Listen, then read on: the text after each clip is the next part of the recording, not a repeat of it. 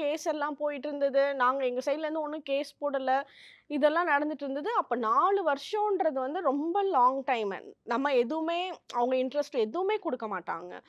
So இந்த டைம்ல வந்து கொஞ்சம் ரொம்ப டென்ஷன் ஆக ஆரம்பிச்சுருச்சு.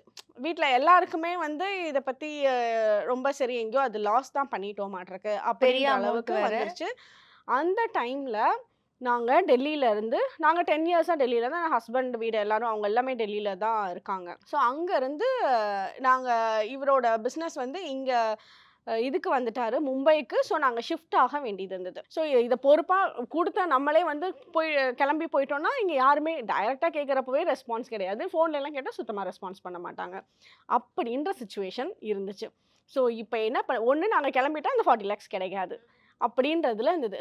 அப்ப வந்து அந்த 1 மாசத்துல, அந்த கரெக்ட்டா அந்த 1 மந்த்ல நான் வந்து ஃபர்ஸ்ட் ஒரு டாரோ ரீடர்ட்ட கேட்டேன்.